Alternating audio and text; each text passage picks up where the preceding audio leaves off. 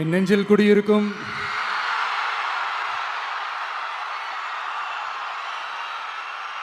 கரூர் சொந்தங்கள், உங்கள் அனைவருக்கும் என்னுடைய வணக்கம்.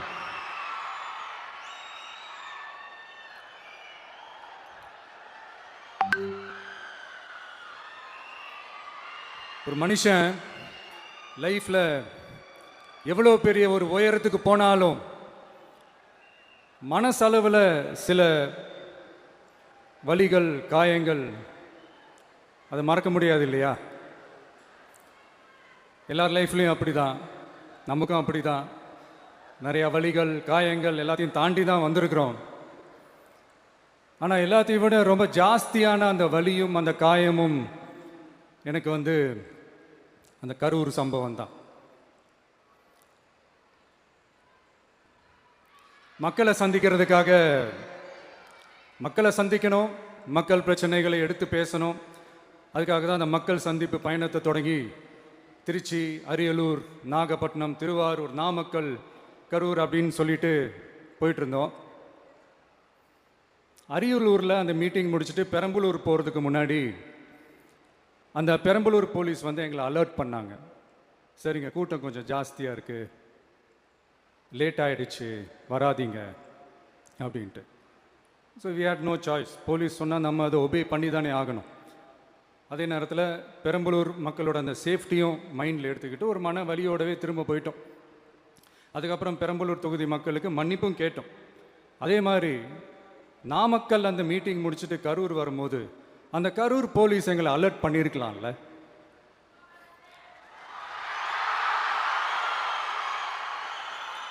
இல்லை சார், இங்கே எதிர்பார்த்ததை விட கொஞ்சம் கூட்டம் அதிகமாக இருக்குது, கண்ட்ரோல் பண்ண முடியல, வராதிங்க.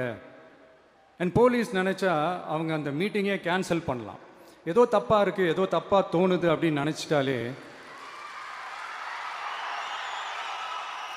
they have all the rights to cancel the meeting. எங்ககிட்ட கேட்கணும்லாம் ஒன்றும் அவசியமே கிடையாது. ஆனால் அதையெல்லாம் எதுவுமே செய்யாமல் அந்த ஹைவேல இருந்து அந்த ஸ்பாட்டுக்கு போலீஸே எங்களை உள்ளே கூட்டிகிட்டு வந்து விட்டு அந்த நாடகம்லாம் இருக்கு பாருங்க.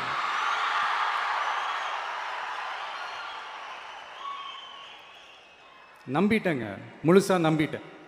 அன்னைக்கு இருந்த அந்த கரூர் போலீஸ் பேசும்போது தேங்க்ஸ்லாம் சொன்னேன் அவங்களுக்கு. எனக்கு தெரியாது இப்படி ஒரு நாடகம் நடக்கும். இதுக்கெல்லாம் யார் காரணம்? இதெல்லாம் யார் சொல்லி செஞ்சது? இப்படி பண்ணுங்க, அப்படி பண்ணுங்க, சப்போஸ் அப்படி நடந்தா இப்படி பண்ணுங்க, சப்போஸ் இப்படி நடந்தா இந்த மாதிரி இன்ஸ்ட்ரக்ஷன்ஸ்லாம் கொடுத்து அந்த பிரஷர் போடுறது யார்?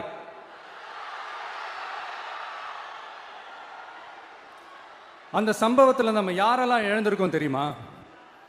ஒரு டிவியில் என் படமோ பாட்டோ வந்துச்சுன்னா, அம்மா விஜய் மாமா, அம்மா விஜய் மாமா அப்படின்னு சொல்லி அவங்க அம்மா கிட்ட சிரிச்சுக்கிட்டு அந்த டிவி ஸ்க்ரீனை போய் தொட்டு முத்தம் கொடுத்துக்கிட்டு என் அக்கா தங்கச்சிங்களோட தங்க பிள்ளைகளை இழந்திருக்கோம்யா. மழலை கூட சரியா வராதப்போ ஒரு பேப்பர் மேகசினில் என் ஃபோட்டோவை பார்த்தா அது சிரிச்சுக்கிட்டு அந்த கள்ளங்கபடம் இல்லாத அந்த சிரிப்பு, அந்த கடவுள் மாதிரி இருக்கிற அந்த பச்சை பிள்ளைங்களை இழந்திருக்கோம்யா. என் அக்கா, தங்கச்சி, அண்ணன், தம்பி, குடும்ப உறவுகளை இழந்து அந்த வலியோட இருக்கிற என்ன நீங்க ஏளனமா பேசுறீங்களா? என் மேல பழிய தூக்கி போடுறீங்களா? இப்படி ஒரு சம்பவம் நடந்துருச்சு. இது ஏன், எதனால, அதுக்கான பின்னணி என்னன்ட்டு அந்த வலியோட வீட்டில் உட்கார்ந்துட்டு இருக்கிறேன். ஓடி ஒளிஞ்சிட்டான்னு வர சொல்றீங்களா? வாயின்னு முன்ன இருந்தா என்ன வேணாலும் பேசுவீங்களா?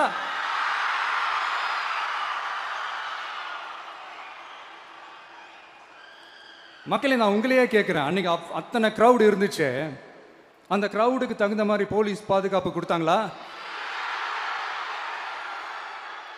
இந்த இடத்தை எடுத்துக்க சொல்லி நாங்கள் தான் சொன்னோம்னு ஒரு போலீஸ் ஆஃபீஸர் பேட்டி கொடுக்குறாரு. அதுக்கு என்ன அர்த்தம்? இவ்வளோ வலி, இவ்வளோ காயங்கள் கொடுத்துட்டு பழியை தூக்கி நம்ம மேலே போட்டுட்டு அதில் ஒரு அரசியல் ஆதாயம் தேடுறீங்களேயா? இதில் வாய் கூசாம சட்டசபையில் ஸ்டாலின் சார் நம்ம மேலே திருப்பி விட்டு அங்கே ஒரு அரசியல் செய்கிறாரு. அதுக்கு என்ன அர்த்தம்? நமக்காக வந்திருக்கிற மக்களை காக்க வைக்கிறதுக்கு நான் ஒன்றும் ஆதாயம் தேடுற அரசியல்வாதியெல்லாம் கிடையாது. மக்களுக்காக அரசியலுக்கு வந்தவன் இந்த விஜய். எனக்காக எல்லாமும் கொடுத்த என் மக்களுக்காக எல்லாத்தையும் விட்டுட்டு மக்களுக்காக மட்டுமே அரசியலுக்கு வந்தவன் இந்த விஜய். அவங்களுக்காக நன்றி கடன் செலுத்துறதுக்காக மட்டுமே அரசியலுக்கு வந்தவன் இந்த விஜய். உங்களுக்கு தான் இந்த விஜயை பத்தி நல்லா தெரியுமே.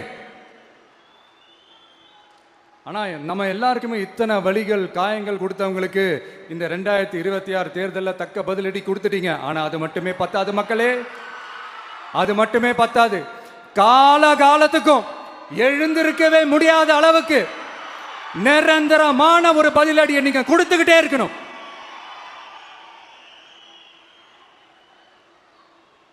இப்படிலாம் பண்ணா நான் மக்களை விட்டு ஓடிடுவேன் நினைப்பா? யார் என்ன ஓடினாலும் நான் மக்களை விட்டு எல்லாம் ஓட மாட்டேன். அன்னைக்கும் சொன்னேன், இன்னைக்கும் சொல்றேன், நாளைக்கும் சொல்றேன், தில்லா சொல்லுவேன், கெத்தா சொல்லுவேன்.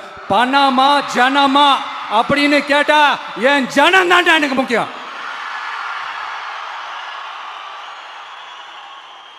மக்களே, உங்களை விட எனக்கு இந்த காசு பணம் முக்கியமா என்ன? இவ்வளோ குறைகள் நம்ம மேல சொல்றாங்களே, இப்போ நான் சொன்ன மாதிரி அவங்களால ஓப்பனா சொல்ல முடியுமா? அந்த தில்லு இருக்கா, திராணி இருக்கா? ஒரு கிடையாது. ஆனா நம்ம மக்கள் அமைச்சு கொடுத்த நம்ம அரச குறைகள் மட்டும் டிசைனா மாடலா குறைகள் மட்டும் சொல்லுவாங்க. ஒவ்வொரு டிபார்ட்மெண்ட்லயும் அந்த பார்ட்டி ஃபண்ட், அந்த கட்சி நிதின்ற பேர்ல அடிக்கிற கொள்ளையெல்லாம் இந்த தீய சக்தியா இருக்கட்டும், தீந்து போன சக்தியா இருக்கட்டும், ரெண்டு பேரும் மாறி மாறி இதே தான் செஞ்சிட்டு இருக்கிறாங்க. இதுல ஒரு ஹைலைட் காமெடி என்னன்னா, சட்டசபையில் பேசும்போது பார்ட்டி ஃபண்டுன்னு தான் சொன்னேன்.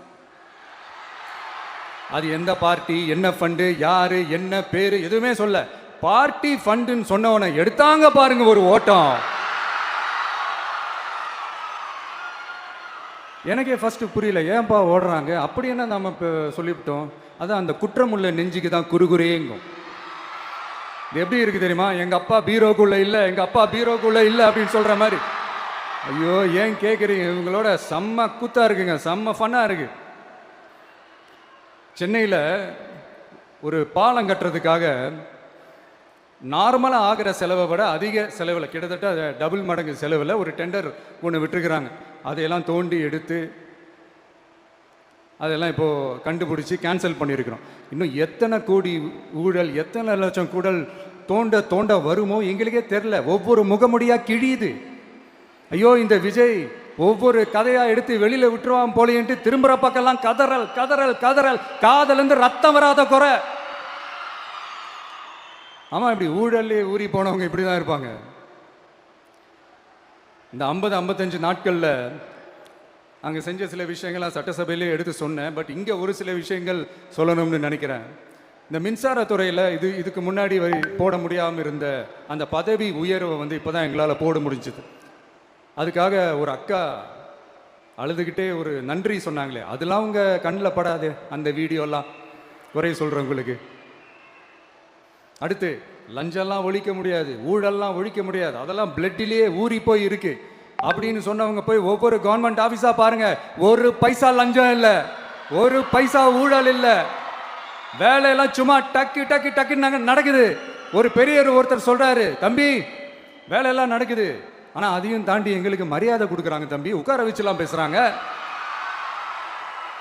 இதெல்லாம் இதுக்கு முன்னாடி நடந்ததே இல்லை. அவனை போய் பாரு, இவனை போய் பாரு, இந்த ஆஃபீஸரை போய் பாருன்னு சொல்லி அலைய விடுவாங்க. இப்போ லஞ்சம் இல்லை, ஊழல் இல்லை, வேலையெல்லாம் உடனே நடக்குது. மக்கள் அப்படி ஒரு பெருமூச்சு ஒன்று விடுறாங்க. அதை பார்த்து நமக்கு அப்படி ஒரு ஹாப்பினஸ். இதுக்கு மேலே என்ன வேணும்? ஏன் இதெல்லாம் பண்ண முடியாது? மனசுன்னு ஒன்று இருந்தால் பண்ணலாம், இப்போ பண்ணலை.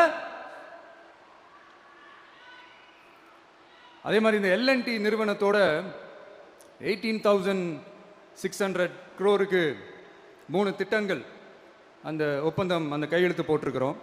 கிட்டத்தட்ட 8,200 பேருக்கு வேலை வாய்ப்பு. நான் சொல்கிறது அந்த 3 மாவட்டத்தை சேர்ந்தவங்களுக்கே அவ்வளோ வேலை வாய்ப்பு. குறுவை சாகுபடிக்காக 134 கோடியில் அந்த சிறப்பு தொகுப்பு திட்டம் அறிவிச்சிருக்கிறோம் நம்ம விவசாயிகளுக்காக. இப்போவும் சொல்கிறேன், நம்ம விவசாய பெருமக்களே, உங்களோட இந்த அரசு கூடவே நிற்கும். பெண்கள் பாதுகாப்புக்காக சிங்கப்பெண் அதிரடி படை, அது உங்களுக்கு நல்லா முன்னாடியே தெரியும். வரப்போற அறிஞர் அண்ணா அவர்களுடைய பிறந்த நாள்ல உங்க அண்ணனுடைய அரசுல தாய் மாமன் தங்க மோதிர திட்டம் அறிவிக்கப்படும். இதெல்லாம் கேட்டாங்களே, வாக்குறுதி கொடுத்தீங்களே, என்னாச்சுன்னு இந்த தீய சக்தி மாதிரி ரீல் தாய் மாமன்லாம் கிடையாது, ரியல் தாய் மாமன். எப்படி ரியல் ரியல் தாய் மாமன்.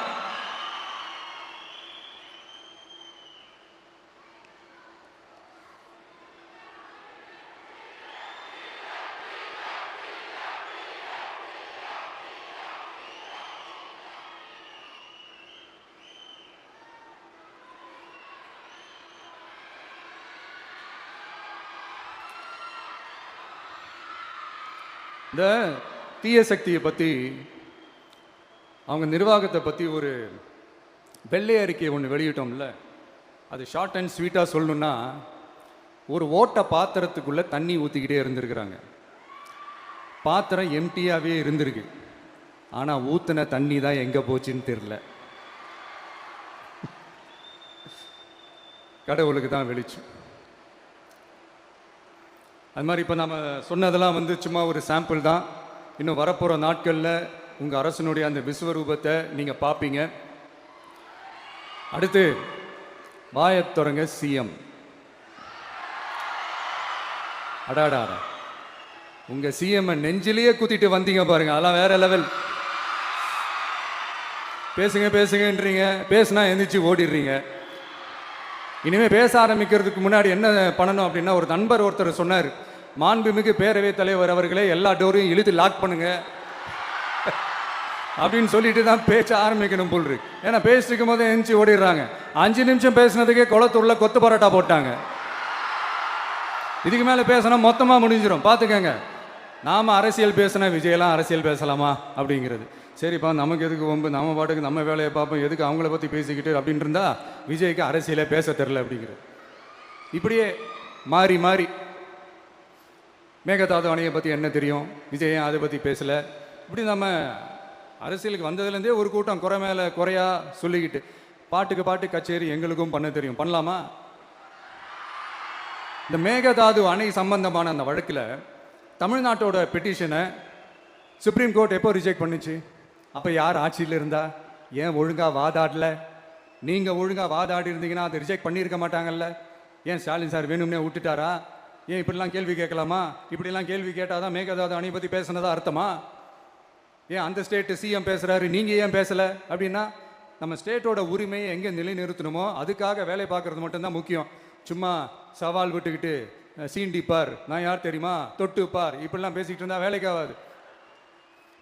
சும்மா பேசி பேசி பிரச்சனையை வளர்த்துக்கிட்டு யார் மேலே அது பழியை தூக்கி போட்டுட்டு அப்புறம் மக்களை அம்போன்னு தெருவில் விட்டுட்டு இப்படி தான் ஒரு அரசியல் பண்ணணும்னா அந்த அரசியல் நமக்கு தேவையும் இல்லை, அதை நம்ம செய்யவும் போகிறதில்ல.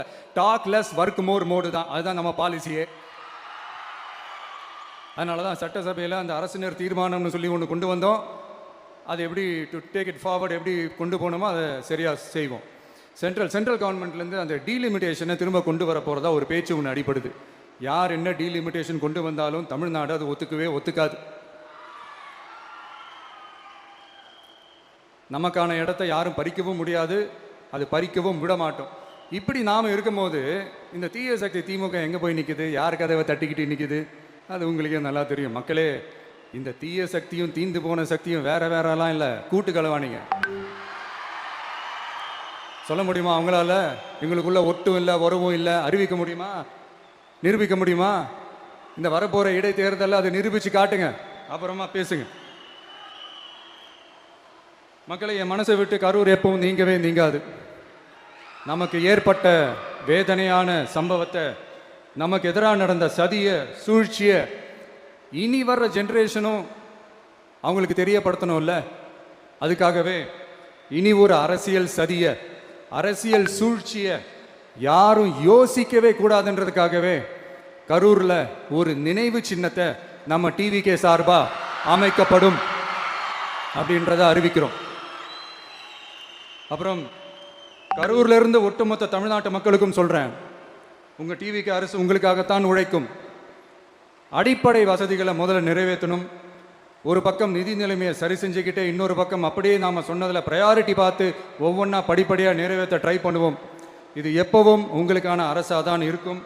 இந்த விஜய் உங்கள் விஜயாக தான் இருப்பான். நீங்கள் உரிமையோட உங்கள் கவர்மெண்ட்டை நீங்கள் அணுகலாம். இந்த தீய சக்தி ஆட்சி முடிஞ்சு பொட்டிக்குள்ளே போனதுலேருந்து என்னென்னமோ பண்ணுறாங்க, இது ஏதோ பேசுகிறாங்க, சோஃபாங்கிறாங்க, வாஷிங் மிஷினுங்கிறாங்க. இந்த அரசியல் வியாபாரம் பண்ணுறதுக்கான அந்த வெண்டிங் மெஷினே அவங்க தான். யார்? இந்த திமுக. இதில் நம்மளை பார்த்து வாஷிங் மிஷினுங்கிறாங்க. எலெக்ஷனில் ஓட்டுக்கு காசு கொடுக்குற அந்த கலாச்சாரத்தையும் அந்த கல்ச்சரை அடித்து நொறுக்கி இருக்கிறோம். எலெக்ஷன்லேயே அப்படி வேலை பார்த்த நமக்கு எதுக்கு இந்த குதிரை, கழுதை, ஒட்டக்க பேரெல்லாம்? மக்களின் பக்கம் அப்படி இருக்கும்போது நமக்கு எதுக்கு இந்த பேரெல்லாம்? இந்த திருட்டு திமுக ஆட்சியை வச்சுக்கிட்டு ஊரடிச்சு ஒலையில போட்டு இந்த கொள்ளையை அடிச்சதுனால தான் உங்க கரூர் கம்பெனி ஓனர் ஒருத்தர் எங்க எங்க இருக்காருன்னே தெரியாம ஓடு ஓடு ஓடு ஓடு ஓடு ஓடு ஓடு ஓடு வராம் பாரு வேட்டக்காரன் ஓடினே இருக்கிறாரு. இன்னொருத்தர் ஃபாரின்ல போய் ஒளிஞ்சுக்கிட்டார். ஃபாரின் ஸ்டாலின் சார் நினைச்சிட போறீங்க, அவர் இல்லை. எனக்கு எப்பவுமே ஸ்டாலின் சார் மேல ஒரு தனி பாசம் ஒன்று உண்டு. அவர் கிடையாது, இவர் வேற. சிங்கப்பூருக்கு செக்கப்புக்கு போனார்ல அவரு. இன்னும் தோண்ட தோண்ட எத்தனை பேர் மாட்ட போறாங்களோ தெரியல. உங்ககிட்ட யாராவது லஞ்சம் ஏதாவது கேட்டாங்கன்னா கொடுக்க முடியாது சொல்லுங்க, நான் இருக்கேன் உங்களோட. அப்படியே யாராவது ஃபோர்ஸ் பண்ணாங்கன்னா இது எங்க மகன், எங்க புள்ள, எங்க அண்ணன், எங்க தம்பி, எங்க விஜய், எங்க விஜயோட ஆட்சின்னு ஸ்ட்ராங்கா சொல்லுங்க. மக்களை நீங்க கூட இருக்கும் போது லஞ்ச ஊழல் மட்டும் இல்ல, அதிகாரத்தை வச்சு ஆட்டம் போடுற யாரா இருந்தாலும் அடங்கிடுவாங்க. இந்த கடமை, கண்ணியம், கட்டுப்பாடுன்ட்டு ஒரு காலத்துல கொள்கையோடு இருந்த கட்சியெல்லாம் இன்னைக்கு எப்படி இருக்கான்னு உங்களுக்கே தெரியும். அதாவது இந்த டிவிகே கட்சியோட தலைவரை எதிர்க்கிறதுல ஒரு நியாயம் இருக்கு. ஏன்னா உங்க பொழப்பில் மண்ணள்ளி போட்டான். என்ன இந்த ஊழல் லஞ்சம்லாம் பண்ண மாட்டேன்னு சொல்லி உங்க அரசியலே ஒரு தெருமுனைக்கு கொண்டாந்து விட்டான். மக்கள் வேற அவனை தான் நம்புறாங்க. ஸோ இந்த விஜயை எதிர்க்கிறதுல ஒரு அரசியல் நியாயம் இருக்குது, அது புரிஞ்சுக்கலாம். ஆனால் இன்னைக்கு இந்த விஜயை மக்கள் ஓட்டு போட்டு ஜெயிக்க வச்சு ஒரு தீர்ப்பை கொடுத்து மக்களுக்காக வேலை செய்யறதுக்காக முதலமைச்சரா உட்கார வச்சிருக்கிறாங்க. என்னமோ இன்னமும் நீங்க தான் ஆட்சியில் இருக்கிற மாதிரி. விஜய் கரூருக்கெல்லாம் போகக்கூடாது, விஜய் இங்க போகக்கூடாது, அது செய்யக்கூடாது, இது செய்யக்கூடாதுன்னு எனக்கு புரியலையே. ஆட்சியில் இருக்கும் போது தான் இவ்வளோ கட்டுப்பாடெல்லாம் போட்டீங்க, SOPஸ்லாம் போட்டீங்க, ஸ்டாலின் சார் ஆப்ரேட்டிங் ப்ரொசீஜர்லாம் போட்டீங்க. இப்போவும் அதே பண்ணிட்டு இருந்தீங்கன்னா என்ன சார் நியாயம்? இல்லை நான் தெரியாம தான் கேட்குறேன். இன்னும் கனவுலையே இருக்கிறீங்களா? முதல்ல முழிச்சு வாங்க, ரியாலிட்டிக்கு வாங்க. உங்க ஆட்சியெல்லாம் வீட்டுக்கு போய் டிவிக்கேன்னு ஒரு ஆட்சி வந்து ரொம்ப நாள் ஆச்சு. ஒழுங்கா படி ஒழுங்கா படி என்று சுப்ரீம் கோர்ட் ஓங்கி மண்டேலியே நறுக்கு நறுக்கு நறுக்கு என்று செம்மட்டியாலே அடிச்சும் இந்த திமுக முழிச்சிக்கல அப்படின்னா அப்ப கொஞ்சம் கஷ்டம்தான். வெற்றி தோல்வியெல்லாம் அரசியல சகஜம் சார். அதுக்காகலாம் வெறி பிடிச்சி இந்த பதவி வெறி பிடிச்செல்லாம் அலைய தேவையில்லை. நல்ல விதமாகவே சொல்கிறேன், நியாயமான அரசியல் பண்ணுங்க. ஓ அதுதான் உங்களுக்கு தெரியாதுல்ல. இந்த தீய சக்தி திருத்தவும் முடியாது, அவங்களா திருந்துவாங்கன்னு பார்த்தா அதுவும் நடக்க போறதில்ல. அதனால வரப்போற இடைத்தேர்தலில் மக்களே இந்த தீய சக்தி திமுகவை நல்லா வெச்சு வெளுத்து விடுங்க. கான்பிடண்டா இருங்க மக்களே, நல்லதே நடக்கும், வெற்றி நிச்சயம். மீண்டும் சந்திக்கும் வரை நன்றி, வணக்கம்.